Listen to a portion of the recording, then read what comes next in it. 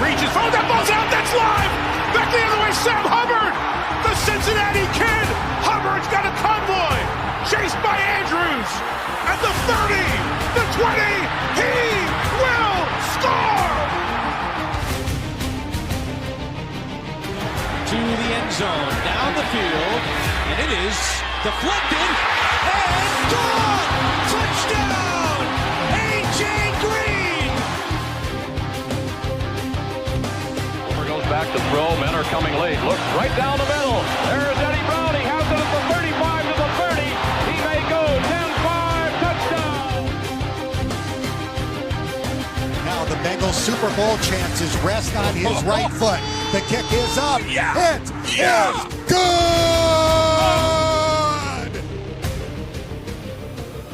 Corey Dillon, he's gone. The knockout punch, you're looking at it. 65 yards. And they're back to throw as the blitz is on. Goes long, intended for Collinsworth. He has it down to the 20, touchdown! And Chris Collinsworth. Throwing the long ball. Deep down the field. Chad Johnson's got it. Touchdown, Cincinnati. Look at Chase go! Oh my goodness, what a gear he just found! Chase for the touchdown! Wow, Chase is on the case! It is no fluke. It is a fact.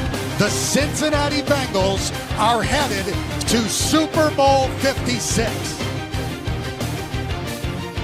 The play clock at 3. Shotgun snap. Carr throws into traffic. Intercepted. Germaine Pratt has the football. Yeah. Coffin nails. Bam, bam, bam! How about that?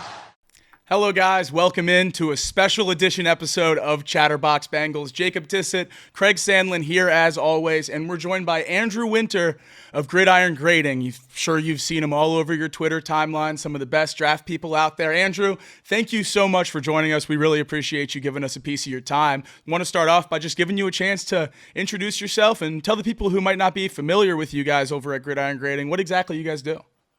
Yeah, pumped to be on, guys. I can keep it pretty quick for us. Me and my buddy Ryan can't join the call tonight. We've been lifelong Bengals fans, and I think a lot of Bengals fans, we rode the lows in the early 2010s, and the draft was the one hope. And so we got really invested in that about 5 years ago. We started using some analytical abilities to start trying to project out what the draft could look like, and now we've taken that to Twitter. And so what we really do is take a holistic look at what college draft prospects look like, and in terms of production, that's one of our unique things, and then athleticism, and then bringing in a lot of the big film guys you see out there to get one grade out of 100. And now we're 5 years in. We think we found a little bit of a process that works. And so you can find us on Twitter at Gridiron Grading. We'll be tweeting out recently a lot of evaluations of the last 5 years of Bengals draft prospects. But as we lead up to the 2025 draft, we'll be identifying those guys too. But pumped to talk some Bengals draft and hopefully the positives of the 2024 class, guys. That's how we're going to dive into it. I know there's certainly a lot of negative to go on. I originally asked you to come on when the Bengals were 0-3, and a lot of questions about the defense that are certainly still present after the first win this past weekend. So we're going to get into that and how the lackluster play might not be as much of a surprise as we think. But first, starting with those positives that you said, the 2024 draft class for the Bengals, this most recent one, might have been one of their best, and we're already seeing some key contributors from it. Amarius Mims starting at right tackle, Chris Jenkins, the second-round pick, back off the injured list for his first game action this past week, and he looked very, very good. I know we have a lot of other guys that are looking to get into the mix from this draft class in the near future, but starting with those first two picks in the trenches, I know how important the offensive line has been for the Bengals over the future, overcoming such a bad line to get to the Super Bowl in Joe Burrow's second year, and now investing both in free agency and the draft with Amarius Mims. That kind of value falling to 18 with Amarius Mims is not something that you see every day. Yeah. No, it's really interesting. He was one guy we loved throughout the entire process. He stood out in our production metrics, which we found have a big correlation to NFL success. And I think one of the downsides with him and the reason he was able to fall to 18 was really he just didn't get a chance to start. He was really young. He came out at 21. He was behind NFL players and Warren McClendon and Jamari Sawyer when he was at Georgia. And so he didn't have those starts. And I think that's what made him fall. And the Bengals finally took an athlete on the line. I think that was super exciting to see. And I think what's really exciting, guys, is now we're seeing him out there. Trent Brown obviously got hurt, and he's showing a lot of those skills that, we saw in his college tape. He looks like a 10-year vet as a rookie, and that showed in a lot of his profile. And I think that's exciting. I think we'll see some ups and downs in the run game, but with him, we think he could be the best player out of this draft class. And I think to get to see him start as a rookie, to look pretty comfortable out there, it gets me really excited. And I think to put him on a line that's probably the best Bengals line we've seen since the Andrew Whitworth type lines, I think there's a comfort level too where he doesn't need to be the best guy out there. And I think that's great. And then to move to Chris Jenkins, his strength is in the run game. He's able to shoot gaps as a run defender. He was the best run defender in this past draft class per some of our metrics. I think you'll see him more as a one-gap shooter type of run defender. He's going to make a lot of plays in the backfield, and I think he can make up for some of the picks that aren't looking like they're going to hit from earlier classes. Zach Carter's one we've been calling out a bunch. So I really would like to see Chris Jenkins get a lot of run, see him get potentially even the most snaps on that D-line. If he's able to hold up to it, looks like we might get to see that. But we love the first two picks. They were our favorite first two picks that we've seen in the last few draft classes. And they're going to get a chance, it looks like, here to make a real impact for the team. Yeah, another guy in 2024 that I know you guys liked the pick, Germaine Burton. We haven't seen a whole lot of them this year from the Bengals. Some potential reports out of preseason about maybe off the field issues, but for those Bengals fans who are clamoring for Germaine Burton to get some more routes, what can we expect from him? The deep ball that we saw during the preseason, is that really kind of his forte, or what can you tell people about Germaine Burton and the value that the Bengals got out of him at pick number 80 in the third round? Yeah, I think exactly what you just said there. That's what he is. He's a deep shooter. He's an explosive weapon. We had him as the most explosive weapon in this entire class. I don't know if you're going to get – well, first of all, you're going to get a lot of ups and downs with him. I think that was part of the reason he even dropped to the third round. But I think in his rookie year, what you're looking at is exactly what you claimed. He's a deep shooter. When you have T. Higgins and Jamar Chase out there, I don't think you need to force him into a guy who's running all of the routes that's out there for even 50% of the snaps. But we projected him to have a rookie impact, kind of like Josh Palmer when he was starting for the Chargers, and that could be 20 to 30 catches, 400 to 500 yards, maybe a few touchdowns that you see in those deep bombs. But long term, I don't know if we see him as a number one alpha type of receiver, but to have the ability to blow the top off of a defense, I think that's what you're looking at with Germaine Burton when he's at his best. And it sounds like he's starting to lock in a little bit, which was certainly one of the worries with him coming out. Yeah. And so that's exciting to see. Maybe the locker rooms get to him a little bit there, and we can start seeing him get more routes. I would like to see all of the routes that Trent Irwin was getting before, Charlie Jones or anybody else you're going to stick out there, start to go to Burton. And even if that means taking some from Yoshi too, even as much as we love Yoshi, I think you'd get a lot more out of Burton getting him on the field a little bit more. I completely agree that he might not be that alpha wide receiver one, but looking in the near future for the Bengals when T. Higgins might be on the move, do you think he could take that step and progress to being a legitimate number two or maybe even a 1B caliber player to pair alongside Jamar Chase and kind of alleviate that loss of an elite target for Joe Burow in the Bengals offense? Yeah, I think that's super reasonable. I think that's the role he played at Alabama. You probably don't want him catching 70 to 100 passes a year. I don't think that's ever going to be his forte, but I think he adds a different type of 1B to 2 element that T. Higgins is providing. You're going to get a lot more separation there. I think you do kind of strike the fear of the safeties on the opposing defenses because he's going to be able to beat people 1-on-1 off the line. And so I think it's a different element, a great weapon to have, especially if they can get his head in the right place, and that's going to stay for the long term. Yeah, it's exciting. I think we had a second-round grade on him. I think there's reason to be really excited about him as a full-time 1B2 type of receiver. Moving on to the News next Bengals. Sorry, I was just gonna say, news out of Bengals practice today. McKinley Jackson returns to practice today. Yep. He kind of is the flip of this switch, right? So Germaine Burton and some of these guys who you thought were maybe a little value picks in the slots that they went. McKinley Jackson, you had as the number 401 overall player on the board last year, and then the Bengals take him at pick 97. Obviously, there's a need in the defensive line right now, and his return may help that. But should we be culling our excitement about McKinley Jackson's return?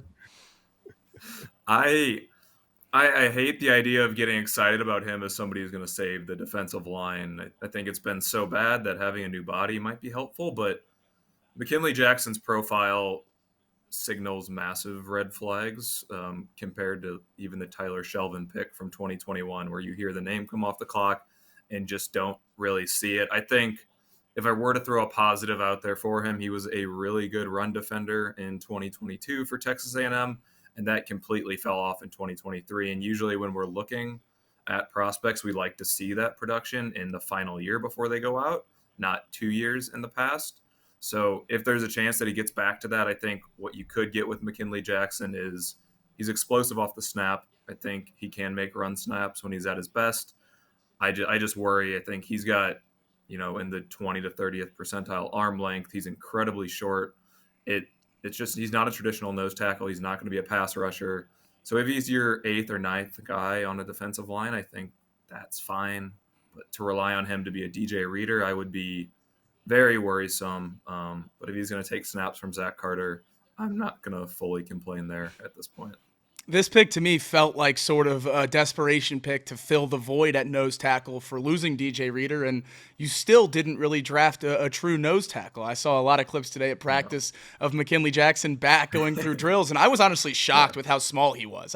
I've seen the listing. It's insane. I've seen the listing. I knew the numbers, but to see him out there with the rest of the D-line, it really was shocking. So definitely a worry to have him be a guy that I know, at least myself and a lot of Bengals fans, he's the only hope to save this run defense, because it's not like you can go out and just add someone else on the interior right now. We tried to do that with Lawrence Guy, and he's been playing a ton of snaps, but if McKinley Jackson can't make an impact on this run defense, I'm not really entirely sure where it goes from here. But the defensive line, moving off the 2024 draft just for a second, the defensive line got another boost today with Myles Murphy being designated for return off the injured list. The Bengals took him in the first round just a few years ago, a really exciting player out of Clemson that was slotted to go a lot higher than the Bengals took him on a lot of boards, but I know you guys weren't necessarily as big of a fan. Yeah, I think with Myles Murphy, when he was coming out, the issue was he just didn't have pass rushing production in college at Clemson, and we found with defensive linemen that pass rushing production tends to translate a lot, and I'll kind of clarify that does translate a lot better for interior defensive linemen than it does edges. We've seen even this year with Yaya Diaby, who came out of Louisville, he didn't have that type of profile, and he's been one of the best pass rushers in the league so far. So I think there is that hope, and we saw those flashes with Myles Murphy last year where he was a better pass rusher as a rookie than he ever was at Clemson. So, I do have some excitement for him that he could become a better pass rusher than he was. But I think even at his worst, his floor is a Trayvon Walker type, where, he's going to be a good base down run defender. He is so incredibly athletic that he's going to be able to make those hustle plays. But I think if we're hoping that he becomes a Trey Hendrickson type of edge rusher, where you're beating guys clean off the line, you have that variety of moves. He never showed it at Clemson. And typically with those edge defenders coming out, if they didn't show it in college, it typically doesn't develop like that. So I think he has ways that he wins, but him ever becoming that Trey Hendrickson type, I think I'd have some worries. But even if that means taking snaps from Sam Hubbard or being your second or third edge, I think that's exciting. And I think we should be excited as Bengals fans that he can be a meaningfully impactful edge defender for them. And that's exactly where I was going to go. Sam Hubbard, there's about 100 edge rushers in the league that are more successful rushing the passer than Sam Hubbard so far this year. So the level that Myles Murphy has to level that Myles Murphy has to play at this season to increase the level of the Bengals pass rush is so low that I think some sort of level of excitement is definitely warranted. The rest of this 2024 draft for the Bengals seemed like they really attacked value at most of these picks. I mean, from Matt Lee in the 7th round, which was one of my favorite picks of the entire draft, and then Dejon Anthony in the 6th, the guy that's already on the field quite a bit for the team, which you don't expect for a guy drafted that late in the draft. How important is it to hit on late round picks for a team that already has big money invested in other positions, especially the quarterback position? Yeah, you have to do it. You have to be able to find these guys later in the draft, and you're obviously not going to hit all of those picks, but recently they haven't been hitting any of them if you look at the last 5 classes. And I think this year you're already seeing the impact when you take those guys who have production in college and who have that athletic testing, it shows up right away. And I think one guy, when we think about that off the bat, is Eric All, who is already looks like he's going to be their tight end one. And Yep. you don't usually see that from tight ends as rookies. And it seems like he's already found his spot out there, and we're going to see him continue to grow. He was one of those picks, a lot like Mims, where there were some kind of flags in the profile, but there were plenty of green lights. And for him, Eric All, when he was at Iowa in 2022, he showed a profile, and I think we have a tweet out there where he had Brock Bowers type production in that small sample size at Iowa, where he showed everything you want to see out of a high-level NFL tight end. And I think we're seeing that now. So that's exciting. And then you move down the list, Dejon Anthony, the fact that Lou Anarumo even trusted him in a niche role for a very late day 3 pick, that's incredibly exciting that opportunity to come there. And then Matt Lee was our favorite pick in the draft. I mean, we were clamoring from him. We had a 2nd-round grade on him. And the only issue, right with him right now is there's not a clear spot for him. But Right. he obviously beat out Trey Hill. He's active on every game day. From all of our understanding, he's training to be that next center, and he's going to be a very good one when he gets the chance to be out there. So I think in 2 years, you're looking at a line where you have Matt Lee and Amarius Mims bookending it. And I think that all is to say that they did a hell of a job drafting this year. And so I think we should be excited about the 2024 class. You just wish, obviously, that there was a little bit more from those earlier classes that we're helping right now, because relying on the rookie class to take them to a Super Bowl, I think that's a tough ask. Is the narrative right now, and we've talked about this on the show before, is that the Bengals, like you're talking about, just haven't really drafted that well overall. Now, when I look back at your previous grades, there's only really 1 year out of the 5 that you guys have been doing this that they didn't grade well. The rest of the years, they've been mediocre or better, depending on kind of how you look at it. So this past year, you had the Bengals actually 7th overall in terms of draft value. Is this something that you think that they're getting value in certain picks that are such value, like the Matt Lee pick, that's outweighing kind of the really prime picks in the top 3 to 4 rounds where they should actually be hitting, or what's going on there? For so I guess we would talk about the 2024 class.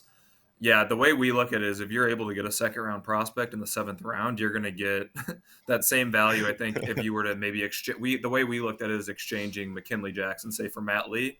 If that happens, we're super excited. And so I think a lot of this is really, as you come down to this process, is you're going to grade in the top half if you don't light picks on fire. And this year, they didn't do that really anywhere, especially if you take to look the McKinley Jackson one versus Matt Lee. I think that's fine. I think a lot of the issue when we look back at their past classes is some of the higher picks that we weren't as huge of fans of. The Miles Murphy one, for instance, we didn't love the value there. I think we had him as a late 2nd rounder. Getting him in the 1st round, it felt like a bit of a reach. Same with Dax Hill. I think we've kind of seen that there wasn't a clear position for him right off the bat. We had him as a 2nd-round grade, and sometimes we see those as reaches. So I think that's a lot of what knocks them down there as we think about the value. But again, they haven't been a horrible drafting team, to your point. We've had them somewhere in the middle. That we loved the 2020 class.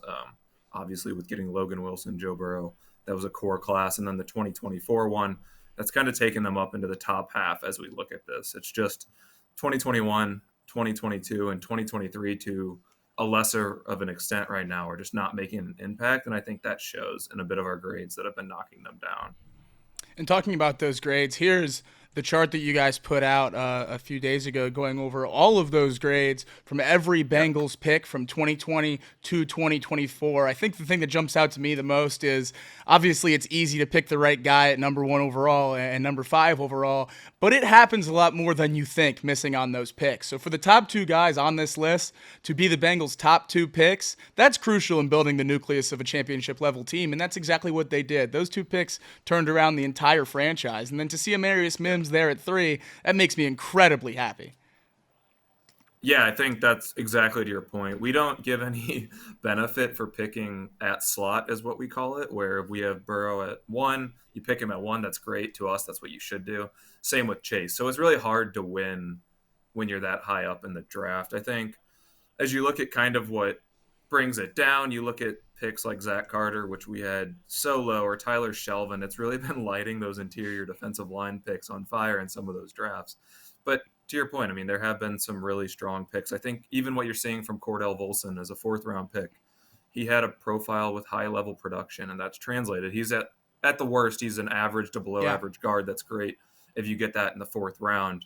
But I think where you see kind of a lot of those lower values are poor drafting in the trenches that has hurt them.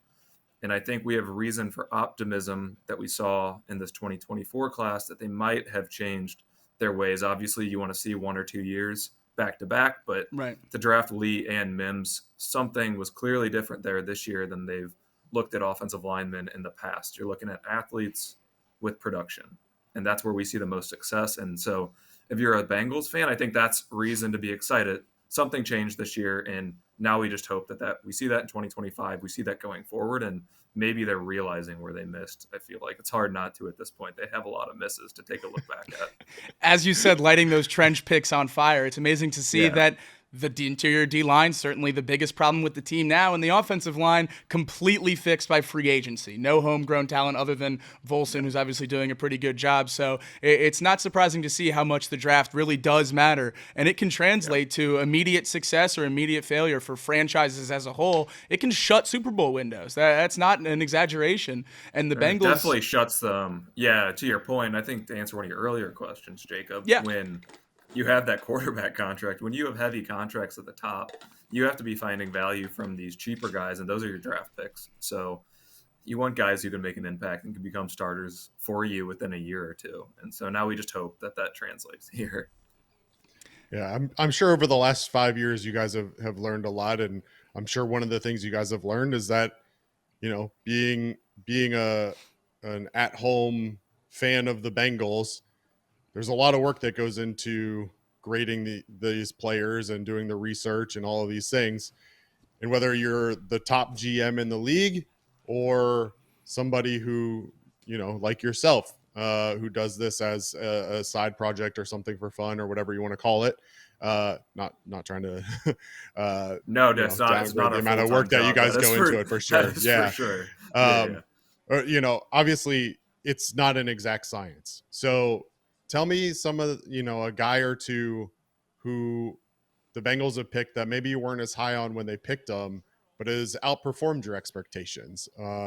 Maybe somebody, you know, we just looked at that graph. I think I have an idea of a name or two that might make sense, but I'm interested to see who you say are kind of the ones that maybe surprised you a little bit. Yeah, no, to your point, I think 100%. It's not a science. And we found that one thing that translates more than anything is just where you're picked. How high are you picked in the draft? That is the most important thing.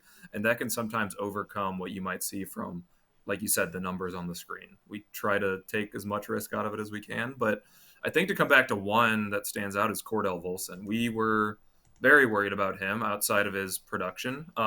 He was kind of a low-level athlete, and you'll see down there in the purple, he graded more in the 7th round, almost a UDA, undrafted free agent level. And I think he's been able to really come in and be a high-level floor guy. And I think there's probably a lot of things behind the scenes that our analytics, you know, can't take account for.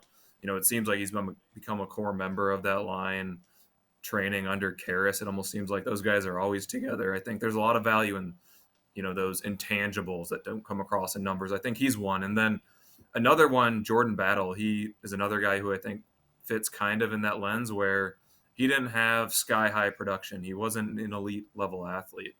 But we saw him last year, and he performed as one of the best safeties in the NFL. So I think there's – obviously we're not getting to see him this year, and it makes you wonder a little bit. But I do fully believe he'd be better than Von Bell. I think there's a chance our process missed something there in Jordan Battle's profile that Bengals fans should be excited about and should continue to be clamoring to get him back out there. He was all over the place last year, and I think he showed a little bit of that at Alabama, but those are two I think that would stand out to me right now that could be core members of this team that we had low grades on, to be honest with you. Yeah, that's definitely super interesting. I definitely think it's cool to just look back and see how much more often you guys were right than not on guys that contribute to the team and guys that don't. The system seems to be ironed out to a level that it does a very, very good job of projecting stuff. And that's why not only I follow you guys, but I wanted to reach out and have you on the show because I think it's a super interesting conversation of something people might overlook a lot, especially when talking about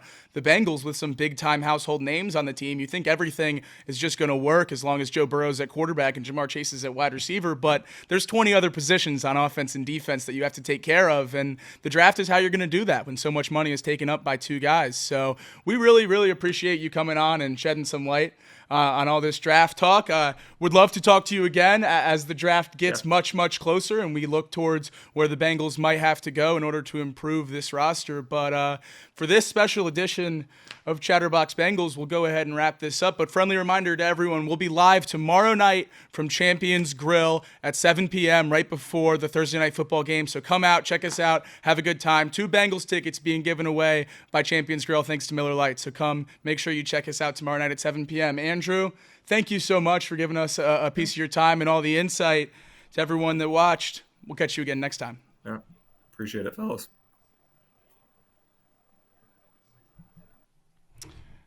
All right. Oh, he dipped.